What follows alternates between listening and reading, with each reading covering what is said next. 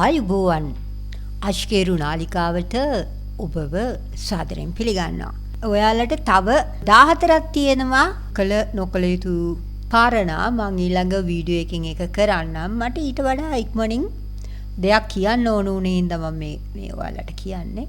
ඔයාලට පුළුවන් නම් මේ දවස්වල විමල් වීරවංශ මහත්තයාගේ වැඩසටහන් ටිකක් තියෙනවා යුක්‍රේනයේ යුද්ධය ගැන. ඒක ගැන පොඩ්ඩක් ඔයගොල්ලෝ බලන්න. ඔයගොල්ලෝ ටිකක් වැඩිපුර විස්තර හොයාගන්න පුළුවන්. මම හිතන්නේ ලංකාවේ ලෝක තත්ත්වය ගැන හරියට අධ්‍යයනයක් කරන්නේ එතුමා තමයි. මොකද මටත් අවස්ථාවක් තිබුණා එතුමාට ඔය කොරෝනා කාලේ යම් කිසි විදිහක දැනුවත් කිරීම ටිකක්. ඒ කියන්නේ මං ඊමේල් කරලා යවුවා. මට කතා කරලා එතුමා මට ඒකට උත්තර එවලා තිබුණා. එවන්න කියලා මං ඉතින් ඒ සම්බන්ධයෙන් මං ඒ ටිකක් යවලා තිබුණා. ඉතින් මට හරි සන්තෝෂයි ඒ ගැන. මොකද නිවැරදි විදිහට බොහෝ ටිකක්. ඒ කියන්නේ විමල් වීරවංශ මහත්තයා මට මතකයි පාර්ලිමේන්තුවේ වැරදි දෙයක් කිව්වා ධර්මයේ විකෘති කරනවා කියලා. ඒක නම් ඉතින් එතුමාට වැරදිච්ච එකක්. මං හිතන්නේ එතුමාව අල්ලගත්ත එකක්. වෙන කෙනෙක් කවුරු හරි එයාට වැරදි ඉන්ෆෝමේෂන් එකක් දීලා තිබුණා ධර්මය ගැන. දැන් හෙළි වෙලා තියෙන වහරක ස්වාමීන් වහන්සේගේ හෙළි කරපු දහම ගැන එතුමා වැරදියට පාර්ලිමේන්තුවේ කතා කරා. ඒක තමයි මම මේ විචාර කාලයක් අහගෙන ගියේ වගේ. මම විශේෂයෙන් විමල් වීරවංශ මහත්තයාගේ කතාවලට සවන් දෙනවා. මොකද බොහෝ දේවල් සාමාන්‍ය මිනිස්සු හිතන්නේ නැති පැති එතුමා එලි කරන නිසා. ඒ නිසාම තමයි මම එතුමාට ඔය කොරෝනා සම්බන්ධයෙන් වීඩියෝ ටිකක් එහෙම යවුවේ. ඒව ෆලෝ අප් කරන්න කියලා. එතකොට එතුමා කියනවනේ ඒව ගැන පාර්ලිමේන්තුවේ කතා කරලා තිබුණා. ඒක ගැන මට සන්තෝෂයි. මේ ඉතින් මට ඔයාලට කියන්න තියෙන්නේ මේ දවස්වල මොනවද වෙන්නේ ලෝක තත්ත්වයේ. ලෝක තත්ත්වයේදී මං චුට්ටක් මට මේ දවස්වල ටෙලිග්‍රෑම් වලට යන විදිහක් නෑ. මගේ ෆෝන් එක පිච්චිලා. ඒ හින්දා වැඩි විස්තරයක් මට ඕගොල්ලන්ට දාන්න විදිහක් නෑ. මට ඇත්තම කියන වැඩ සාමාන්‍ය ෆෝන් එකක් තමයි පාවිච්චි කරන්නේ. ඒ හින්දා ටෙලිග්‍රෑම් යන්න උනේ නෑ. ඒ වුණාට මට ඉතින් කියන්න තියෙනවා දැන් ඕගොල්ලන්ට පේනවා ඇති ජනමාධ්‍ය හරහා කොයි විදිහටද ඔයාලට මතකනේ මං කිව්වා යුක්‍රේනයේ පරාද වෙනවා කියලා. මං කිව්වා යුක්‍රේනයේ පරාද වෙනවා. ඊශ්‍රායලය ඔය කියන තරම් ඒගොල්ලෝ යුද්ධෙ දිනන්නෙත් නෑ. මං ඔයාලට මගේ මුලින් ඉඳන් වැඩසටහන අහගෙන ගියේ අයට ඔයගොල්ලන්ට අදහසක් මං දීලා තිබුණා ට්‍රම්ප් ජනාධිපති වෙනවා කියලා නැවතත්. ඇත්තම කියනවා නම් මේ යුද්ධ හැම එකටම ආරම්භය දෙන්නේ ට්‍රම්ප් හැරෙන්න අනිත් හැමෝම ජනාධිපතිවරු මේ යුද්ධ ඇති කරනවා ලෝකේ. මොකද ඒගොල්ලෝ බලන්නේ අර ඔය ඩීප් ස්ටේට් ඔය දැන් ඩීප් ස්ටේට් කියන එක ගැන මෙයා කියනවා කවුද විමල් වීරවංශ මහත්තයා. ඒ කියන්නේ ඉලුමිනාටි සංවිධානය. ඩීප් ස්ටේට් කියන්නේ ඉලුමිනාටි සංවිධානය. ඒගොල්ලෝ තමයි සම්පූර්ණයෙන්ම ඒ කියන්නේ ගොඩක් අයට ටිකක් හිතා ගන්න අමාරුයි. දැන් ජනාධිපතිවරු කියලා කිව්ව පළියට හැම ජනාධිපතිවරයාම එක වගේ නෑ. දැන් ලංකාව ගොඩ ගන්න හිටියා කියලා කියන්න තියෙන එකම කෙනා සිරිමාව බණ්ඩාරනායක මහත්මිය විතරයි. අනිත් අය සේරම මේ රට ඔය ඩීප් ස්ටේට් එකට ඕන විදිහට තමයි වැඩ කරේ. ඒකින්ද කවුරුවක්වත් විශ්වාස කරන්න බෑ ලංකාව ගොඩ ගැනීම සඳහා විශේෂයෙන් JR සම්පූර්ණයෙන්ම කෑවා මේ ලංකාව. ඒ කියන්නේ ඩීප් ස්ටේට් එකට අවශ්‍ය විදිහට තමයි JR දේවල් කරේ. ඒ අනිත් හැමෝම ඔය රනිල් වික්‍රමසිංහලා හැමෝම මේ මොකද හේතුව පාර්ලිමේන්තු අපි මිනිස්සුන්ට නෙමෙයි ගහන්න ඕනේ. අපිට මොකුත් ගැන ඒගොල්ලෝ ගැන කියන්න බෑ. මොකද මේ ක්‍රමය පාර්ලිමේන්තු ක්‍රමයම අපේ ලංකාව එකක් නෙමෙයි. ඔය ඩීප් ස්ටේට් එකට අවශ්‍ය විදිහට ස්ථාපිත වෙච්ච එකක්. ඩීප් ස්ටේට් එකට අවශ්‍ය විදිහට තමයි මේ සේරම සැලසුම්. දැන් හැබැයි මේ නීතියෙම තමයි ගොඩ යන්නත් තියෙන්නේ. ඒ කියන්නේ මේ ඒගොල්ලෝ අඳුනලා දුන්න නීතියෙම තමයි ගොඩ යන්නත් තියෙන්නේ. ඒ කියන්නේ අර බඩුත්තුන්ගේ නඩුත්තුන්ගේ වගේ නේ ගොඩක් දේවල්. ඒ වුණාට මේ නීතියෙම තමයි ඔයාලට බලන්න පුළුවන්. මේ දවස්වල ඔයගොල්ලෝ YouTube හරහා ගිහින් බලන්න. මේ දවස්වල ට්‍රම්ප් යුක්‍රේනයේ ජනාධිපතිත් එක්ක කතා කරලා මෙයා පැහැදිලිව කියනවා ඔයා මේ වැඩ කරේ ඔබාමා එක්ක. මේ බයිඩන් කියන දේ ඇහුවේ, ඔබාමා කියන දේ ඇහුවේ, බුෂ් කියන දේ ඇහුවේ. ඔයා මිනිස්සු වෙරණකම් හිටියා. ඔයා මේ මිනිස්සු ගැන හිතුවේ නෑ. ඔයාගේ රටේ මිනිස්සු ගැන හිතුවේ නෑ. අන්න ඒක තමයි ලංකාවේ ජනාධිපතිවරුත් කරන්නේ. ලංකාවේ මිනිස්සු ගැන මේ බලයටපත් වෙන අය හිතන්නේ. ඒගොල්ලෝ ඉතින් එක තැන් හදාගෙන මිනිස්සු වරනවා. ඒ කියන්නේ අරගොල්ලන්ට ඕන විදිය තමයි හැම රටකම ජනාධිපතිවරු කවුරු වුණත් කරන්නේ. ඒක තමයි එකම සැලැස්ම. එයාලා බලන්නේ අර ලෝක ජනගහනය අඩු කරන්න. ඉතින් මේ ඒ කතාව යනුව මට කියන්න තියෙන්නේ සෙලෙන්ස්කීට කියනවා. ඔයා ගාව කාඩ් දාන්න කාඩ් තියෙන අපේ අතේ. ඔයාට මේ සෙල්ලම කරන්න බෑ. ජනාධිපති ට්‍රම්ප් ජනාධිපති කියනවා මං එක්ක විතරයි රුසියාවේ ජනාධිපති හිතවත්. මොකද රුසියානි ජනාධිපති සාමයට කැමති. ඒ වුණාට රුසියාවේ ජනාධිපති එක්ක අනිත් ජනාධිපතිවරු හිතවත් නැහැ. මොකද අනිත් ජනාධිපතිවරු නැටුවේ මේ ඩීප් ස්ටේට් එකට අවශ්‍ය විදිහට. ඉතින් අන්න ඒක නිසා පුටින් කැමති නැහැ ඒකට. මොකද මම ඕගොල්ලන්ට කිව්වා වලහ රටේ මේ ජනාධිපති තමයි ලෝකයේ ඇත්තම කියනවා නම් හරි පැත්තට ගන්නෙ. ගොඩක් අය එයා ගැන වැරදි විදිහට හිතුවේ. හැබැයි ඒගොල්ලෝ දන්නේ නැහැ. ඒ කියන්නේ ඇත්තම කියනවා නම් මේ ලෝකේ වැරදි පාලනයක් යන්නේ කියන එක තාම මිනිස්සුන්ට තේරෙන්නේ නැහැ. මොකද තමන් පඩි ගන්න ඒකෙන් හින්දා ඒගොල්ලෝ දන්නේ නැහැ මේ අපි මේ කාටද වහල් විදිහට වැඩ කරන්න කියන එක. මිනිස්සු දන්නේ මිනිස්සුන්ට හොයන්න වෙලාවක් නැහැ. වහල්ලු වගේ උදේ ගිහිල්ලා හවස එනවා. ඉතින් ඔහේ මොනවා හරි එකක් හරි බීලා නිදා ගන්නවා. ඒ වගේ දුකක් විඳින්නේ. ඉතින් ඒක Taman දුකක් විඳින්නේ කියන එකවත් ගොඩක් මිනිස්සු දන්නේ නැහැ. ඉතින් ඒකින්ද මම මේ ඔයාලට කියන්න ගන්නේ විමල් වීරවංශ මහත්තයාගේ කතා ටිකක් අහන්න මේ දවස්වල. ඒ වගේම රොහාන් සමරනායක මහත්තයාගේ කතා ටිකක් අහන්න. මොකද මට මතකයි මම ඉස්කෝලේ යන කාලේ රොහාන් සමරනායක මහත්තයාගේ විදේශීය පුවත් ගැන මම හරි ආසාවෙන් අහනවා. ඔය ඩීප් ස්ටේට් එකේ අය ගැන මෙයා කියන්නේ යක්ෂයා කියලා. යක්ෂයා. එහෙම කියලා තමයි කියන්නේ. ඉතින් මම ඒක කල්පනා කරා කවුද මේ යක්ෂයා කියලා. ඉතින් මම ඊට පස්සේ ගැන අධ්‍යයනය කරගෙන යනකොට මට තේරුණා මොකද්ද මේ කියන කතාව කියලා. ඉතින් තව කියන්න තියෙන්නේ යුද්ධය බොහොම ඉක්මනට ඉවර වෙයි. යුද්ධයක් ඇති වෙන්නේ නැහැ ඉස්සරහට. තුන්වෙනි ලෝක යුද්ධේ මේගොල්ලෝ ලෑස්ති වුණේ ඇති කරන්න.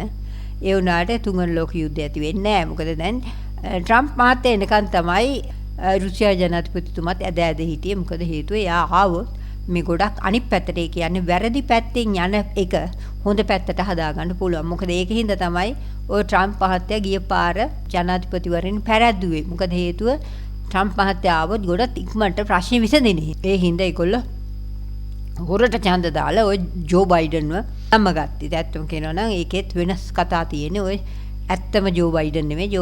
ඇත්ත ජෝ බයිඩන් මැරුණා. ඔය රූකඩයක් තමයි හිටියේ. ඒකයා ඇක්ෂන් එකක් නැහැ. නිකන් වචන විතරයි කතා කරේ. ඇත්තම කියනවා නම් අවුරුදු 4ක් ජනාධිපති රූකඩයක් හිටියේ. හැබැයි ඒ අතරට ට්‍රම්ප් මහත්තයා සෑහන වැඩකොටසක් තිරේ පිටපස්සේ ඉඳන් කරා. මොකද හේතුව ලෝකේ බේර ගන්න ඕන හින්දා. ඇත්තම කියනවා ලෝකේ බේර ගන්න ඕන හින්දා. මොකද නරක අය සෑහෙන try කරේ මුළු ලෝකෙම විනාශ කිරීමේ දෙයක්. හැබැයි ඔයාලා දන්නවද දන්නේ නැහැ ලෝක සෞඛ්‍ය සංවිධානය ඇමරිකාවෙන් අයින් කරලා. ලෝක සෞඛ්‍ය සංවිධානයේට ට්‍රම්ප් මහත්තයා කරේ ඒක අයින් කරා. මොකද හේතුව ඉස්සරහට ඉතින් රෝහල් වැහෙන මොකද ඇමරිකාවෙන් ආධාර ලැබෙන්නේ. ඉතින් ඒකම ලෝක සෞඛ්‍ය සංවිධානය ඉවත් කරා කියන්නේ ඉස්සරහට රෝහල් වැහෙන තත්වයක් කියවි. මම ඕගොල්ලන්ට කිව්වා දෙසැම්බර් මාසේ වෙනකොට හැම ඒ කියන්නේ හීලින් සෙන්ටර්ස් බවට පත් වෙනවා. මෙඩ් බෙඩ්ස් හැම රෝහල් වලටම මෙඩ් බෙඩ්ස් දාලා මිනිස්සු සුවපත් කරනවා. ඒකට මූලිකත්වයේ දීම එක පැත්තකින් සිද්ධ වෙනවා. ඒ අනිත් පැත්තෙන් ලෝක සෞඛ්‍ය සංවිධානයේට මුදල් ආධාර දීම සම්පූර්ණයෙන් නවත්තනවා කියන්නේ රෝහල් වැහෙනවා. ඉතින් දැන් අපේ අය මේ හරි ඉතින් පව්. මොකද වෙන්නේ මොනවද කියලාවත් දන්නේ නැහැ. තමන් ඔහේ අර ලෝකෙ වෙන්නේ මොනවද කියලා ඒක හරියට දන්නෙත් නැහැ කට්ටිය. සමහර A level කරපු ළමයි මගෙන් අහලා තිබුණා මෙඩිකල් කොලෙජ් යන්නද මේ එපාද කියලා. මං ඉඳන් කිව්වා ඉස්සරහට රෝහල් වැවෙනවා. ඉතින් ඔයගොල්ලොන්ට අපරාධ ඔයගොල්ලෝගේ කාලේ එහෙන පුළුවන් නම් සිංහල වෙදකම ඉගෙන ගන්න. මොකද ඉස්සරහට ඉතුරු වෙන්නේ ඒක විතරයි. අන්න ඒ හින්දායි මම මේගොල්ලොන්ට කිව්වේ මන් දන්නේ මොනවා වෙයිද කියලා. දැනටම වුණත් ඔයගොල්ලෝ දන්නවා මේ රෝහල් වල බෙහෙත් නැහැ. රෝහල් වල බෙහෙත් නැහැ. ඔය කල් ඉක්ුත් වෙච්චේවා තමයි ගොඩක් වෙලා රෝහල් වල තියෙනවා නම් තියෙන්නේ. මොකද ඖෂධ එහෙම නිෂ්පාදනය කරන ඒවා එහෙම නැහැ. ඉතින් ඒක විතරක් නෙමෙයි. තව මට කියන්න ඕන දෙයක් තියෙනවා. මම මේ මාසේ පාප් වහන්සේ ගැන ඒ කියන්නේ මෙලොව හැරයයි කියන එක කියයි. මොකද හැබැයි යා නෑ. මේ පාපවංශ හිටියේ නෑ. දැන් ඔය ඉන්නවා කියලා කියන කෙනත් ඔය ඇත්ත කෙනා නෙවෙයි. කියන්නේ ඒගොල්ලෝ නෑ 2018 වෙනකොට ඒ කට්ටිය සේරම ඉවරයි. ඒ කියන්නේ මහරජිනත් නැතුව හිටියේ 2018 ඒ වුණාට 2022 දී තමයි යා නෑ කියලා පෙන්නුවේ. ඒ කියන්නේ ඒ වගේ තින් අය තමයි ගොඩක් වෙලාව සැබෑ පුජ්‍යලෝ අයින් කරලා. මොකද ඒවා එකපාරම කරන්න බෑ. එකපාර කියන්න බෑ. ක්‍රමක්‍රමයෙන් තමයි ඒවා කියන්නේ. මොකද මිනිස්සුන්ට තේරෙන්නේ නෑ. මම ඕගොල්ලන්ට කිව්වානේ ගලන්තේ සම්පූර්ණයෙන්ම සෝලර් පැනල් ගහලා තියනවා කියලා අක්කර ගණන්. දැන් ඔය මං කේම්බ්‍රිජ් වලට යනකොට මං දකින්නවා යායට ගහලා තියෙන කුඹුරු වල. කුඹුරු කියන්නේ ඔය ඒගොල්ලොන්ගේ තියෙනවා මහ විශාල විදියට. ඒ කියන්නේ එකම පැති වල තමයි මේ අක්කර ගණන් මේ වගා කිරීම කරන වගා කියන්නේ ඕට්ස් හදන තැන්. ඒ වගේ සම්පූර්ණයෙන්ම දැන් වැඩි හරියක් ප්‍රදේශවල ඒගොල්ලෝ අක්කර ගණන් සෝලර් පැනල් වලට ගහලා තියෙනවා, ඇති කරලා තියෙනවා. ඒ වගේම ගෙවල් වලට මුදල් දෙනවා. ඒ කියන්නේ ආධාර දෙනවා සෝලර් පැනල් ගහන්න කියලා. මොකද ඉස්සරහට පෙට්‍රල් ඩීසල් ප්‍රශ්නේ එන නිසා ඒගොල්ලෝ සැලසුම් ඒගොල්ලෝ මිනිස්සුන්ට අපහසුතාවයකින් තොර වෙන්න ඒගොල්ලෝ වැඩ කරනවා. අපේ ලංකාවේ අය මිනිස්සු අපහසුතාවයට වැඩිපුරපත් කරන්න තමයි බොහොම කැමති. මොකද ඒක තමයි අර වැරදි නරක අයට අවශ්‍ය. මිනිස්සු දුක් විඳින තරමට ඒගොල්ලෝ කැමති. මොකද ඒක අර අමනුෂ්‍ය බලවේග වලට පෝෂණයක්. මිනිහා දුක් විඳිනවා කියන්නේම අමනුෂ්‍ය බලවේග වලට පෝෂණයක්. ඒ හින්දා ඒ කියන්නේ හැම වෙලාවෙම සුසුම් හෙලහෙලා අඬ ඉන්නවට තමයි එතකොට අමනුෂ්‍ය බලවේගයට පෝෂණයක්. ඒ හින්දාම තමයි ඔයගොල්ලෝ දන්නේ නැති වුණාට මේ ලෝකෙ මෙච්චර කාලයක් පාලනය කරේ අමනුෂ්‍ය බලවේග. ඒ හින්දා තමයි ඔය බටහිර අධ්‍යාපන ක්‍රමයේ අමනුෂ්‍ය බලවේග අමනුෂ්‍ය දෝෂ ගැන කියන්නේ නැත්තේ. අමනුෂ්‍යෝ ගැන කියන්නේ නැත්තේ භූත ප්‍රේතයෝ පිසාචයෝ කුම්බාණ්ඩයෝ යක්කු ඉන්නවා කියලා කියන්නේ නැහැනේ බටහිරේ. කියන්නේ නැත්තේ මොකද ඒගොල්ලෝ තමයි මේ ලෝකේ පාලනය කරන්නේ. පිටිපස්සෙන් පාලනය කරන්නේ අමනුෂ්‍ය බලවේග. දැන් ලංකාවේ හාමුදුරුවරු ඉඳලා තිනවා යක්කුන්ගෙන් වැඩ ගන්න. යක්කුන්ගෙන් වැඩ ගන්න හාමුදුරුවරු ඉඳලා තිනවා. ඒ වුණාට මේ ලෝකේ පාලනය කරන්නේ අමනුෂ්‍යෝ. ඒ කියන්නේ යක්කු. අන්න ඒ වගේ අර සමහර ස්වාමින් වහන්සේලාට ඒගොල්ලොන්ගේ හැකියාව ඒගොල්ලොන්ගේ තියෙනවානේ ඔය ගාථා කියන්නේ මේ ශ්ලෝක හරි ඔය මොනවා හරි මේ ඒ දේවල් වලින් තමයි ඒගොල්ලෝ වැඩ ගන්න පුළුවන්. ඉතින් ඕක තමයි සෙලෙන්ස්කී ට්‍රම්ප් මහත්තයාගේ කතාව, WHO එකේ කතාව. ඉතින් ඉස්සරහට මේ අවුරුද්ද නම් පුතේ ආයි අර හෙමීට තමයි ගියේ.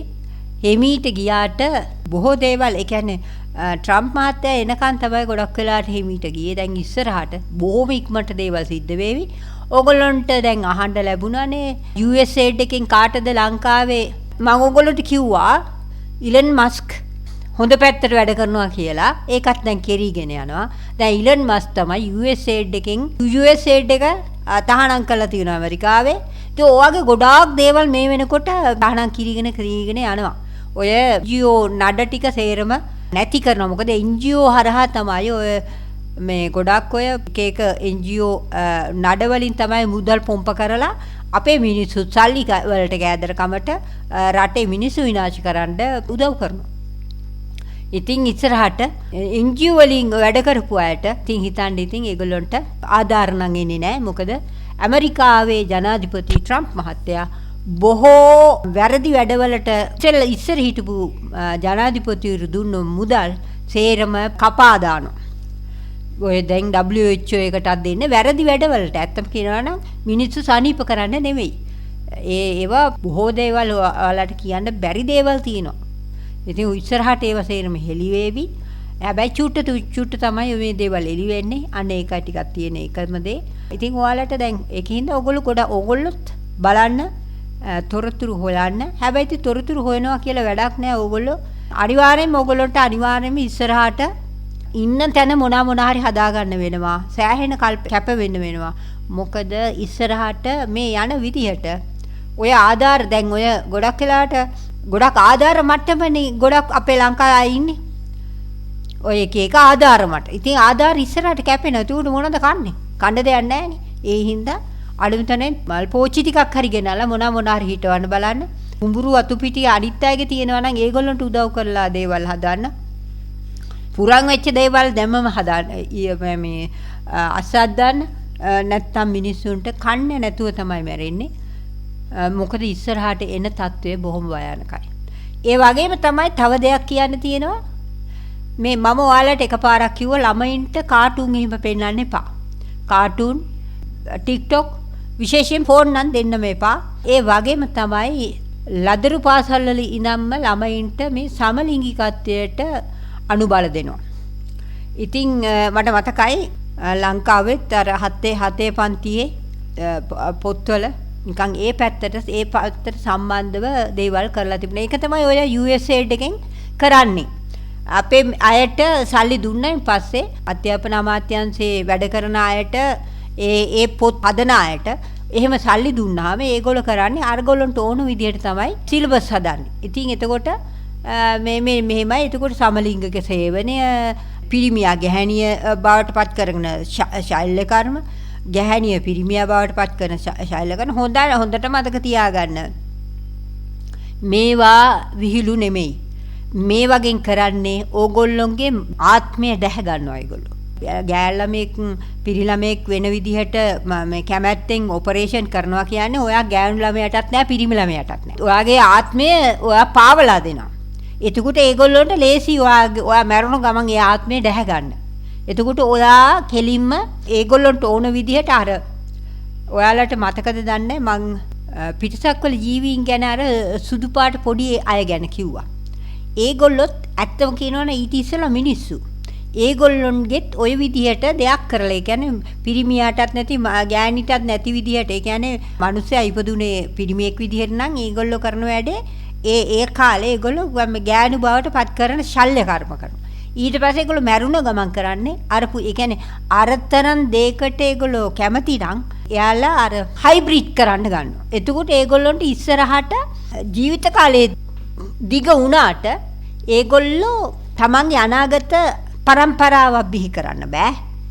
ඒ වගේම ඒගොල්ලොන්ට ආත්මයක් නෑ ඇත්තම කියනවා. ආත්මයක් නෑ කියන්නේ ඒගොල්ලොන්ට නිවන් දකින්න බෑ. ඒගොල්ලෝ ඒ යම් කිසි විදිහක හයිබ්‍රිඩ් ජීවියෙක් විදිහට හිර වෙනවා ඒගොල්ලෝගේ ආත්මය. එතනදී හයිබ්‍රිඩ් කෙනෙක් විදිහට ඒ කියන්නේ අර දැන් ඕගොල්ලන්ට තේරෙනවද අර මීමැස්සෝන්ගේ රැජින මීමැස්සන්ට ඒ කියන්නේ එක විඥාණයෙන් ගොඩක් වැඩ කරන්නේ. ඒ කියන්නේ මීමැසි රැජිනගේ අනපරදි තමයි අනිත් සේරම වැඩ කරන්නේ. ඒිට එහා යන්නේ කවුරුවක්වත්. අන්න ඒ විදිහට අර හයිබ්‍රිඩ් කරපු ජීවියෙක් හදලා ඊට පස්සේ ඒගොල්ලෝ වහල්ලු වගේ වැඩ ගන්නවා. එතකොට Tamanට ඕන විදිහට ඇත්තම කියනවා විශේෂයෙන් නිවන් දකින්න ඒ අයට බෑ. ඒක හරි භයානක දෙයක්. ඒකින්ද ඔය ඩිජිටල් ID කරන ඒවා හෝමෝන ගහගෙන මේ ගෑණියෙක් වෙන්න හරි පිරිමියෙක් වෙන්න හරි ඒ දේවල් වලට හරි ඕගොල්ලෝ යන්න එපා. ඕගොල්ලෝ දන්නේ නැහැ. ඕගොල්ලෝ වෙන්නේ ඕගොල්ලෝගේ ආත්මෙට උනාද වෙන්නේ කියන එක ඕගොල්ලෝ දන්නේ. අන්න ඒ හින්දායි තමයි මං ඒක එපා කියන්නේ. ඔයිට වඩා ගොඩාක් විස්තර තියෙනවා. මං ඔයාට ඔය බොහොම කෙටියෙන් කියන්නේ මොකද ඇත්තම කියනවා නම් ඉස්සරහට බොහෝම වෙනස්. මොකද ට්‍රම්ප් මහත්තයා ඇවිල්ලා තියෙන්නේ. ඔය ලංකාවේ තිබ්බ අපරාධ ගොඩාක් රැල්ල අයින් වෙයි ඉවර වෙයි. USAID එකෙන් කියන්නේ මේ ලංකාව විනාශ කරන්න ලංකාවේ මිනිස්සු කොහොමද Taman පොකට් එක කාගෙන්ද පොකට් එක පුරවගත්තේ කියන එක ඔය දැන් බොරුවට කෑ ගහනවනේ මාධ්‍ය ඉස්සරහා මේ කියලා. ඇත්තම කියන ඒගොල්ලෝ සල්ලි වලට කෑ ගහන්නේ. සල්ලි වලට කෑ ගහන්නේ. ඉතින් ඉස්සරහට ඒගොල්ලොන්ට ඒ ආධාර උපකාර නැති වෙයි. ඉතින් ඒගොල්ලෝ හුලම් බැහැලා යාවි. ඉස්සරහට ඒ වගේම ඒගොල්ලෝ දඬුවම් ලැබේවි. ඒගොල්ලොන්ට දඬුවම් ලැබේවි. මොකද හේතුව මේ නම් ටික එලි කරනවා කියන්නේ බොම භයානකයි. සල්ලි ගත්තා වගේ නෙවෙයි. ලේසි වෙන්නේ නැහැ. අන්න ඒක තමයි ඔයාලට කියන්න තියෙන්නේ. ඊළඟ වීඩියෝ එකෙන් බලාපොරොත්තු වෙන්නේ කළ නොකළ යුතු දේ. ඔය දැන් ඔය ඇත්තම කියනවා නොකළ යුතු දෙයක් තමයි බොහෝ ලංකාවේ අය කරලා තියෙන්නේ. පේනව නේද? නම් ලිස්ට් එනවා. නොකළ යුතු දේවල් වලට කරලා. ඉතින් ඔයාලට සිතක් ශාන්තිය සෞභාග්‍යයක් අත්පත් වේවා.